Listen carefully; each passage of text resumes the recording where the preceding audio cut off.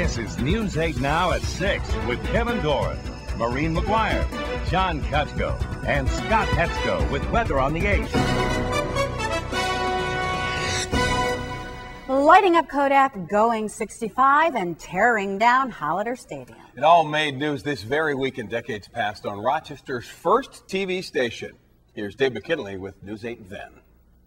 10 years ago this week, and for the first time since they were dimmed to conserve energy in the 1970s, Eastman Kodak relit the sign atop its office tower. And for the first time since it went to 55 to conserve energy in the 1970s, the speed limit in New York State was raised back up to 65 this week in 1995. 20 years ago this week. It'll take just 3 days to demolish Holleder Stadium.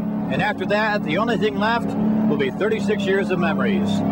Her welcome worn out, her usefulness expired, what was once the scene of grand high school gridiron battles which filled her stands with thousands, and where the Lancers once played Pele.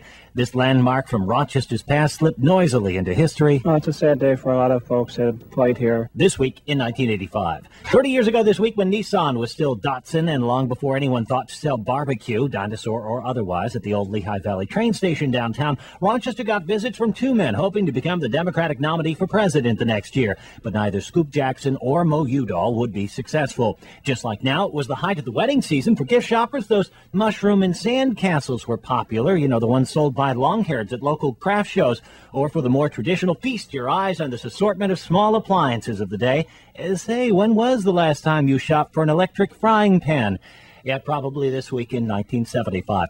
40 years ago this week, a watershed event for a Rochester firm whose leaders went to New York City to see it listed on the New York Stock Exchange for the first time since it was founded in 1921. This week's pop quiz, what local company was this? Here's a hint as you see its ticker symbol, TBN, appear on the big board for the first time, something which no doubt left its 3,700 shareholders saying hot dog this week in 1965. These were not banner days for boaters at the port of Rochester, completely shut down after a Canadian freighter split its hull and spilled its cargo of logs into the Genesee River, making it too dangerous for watercraft. And Irondequoit Bay was no bargain either, as boaters there spent a weekend freeing their vessels from a sudden and unpredicted shifting of sand which beached their boats and bottled the bay outlet. Well, believe it or not, this was once an annual summertime occurrence, which would happen without warning before they had decent breakwalls and regular dredging back in the days of News 8 Then.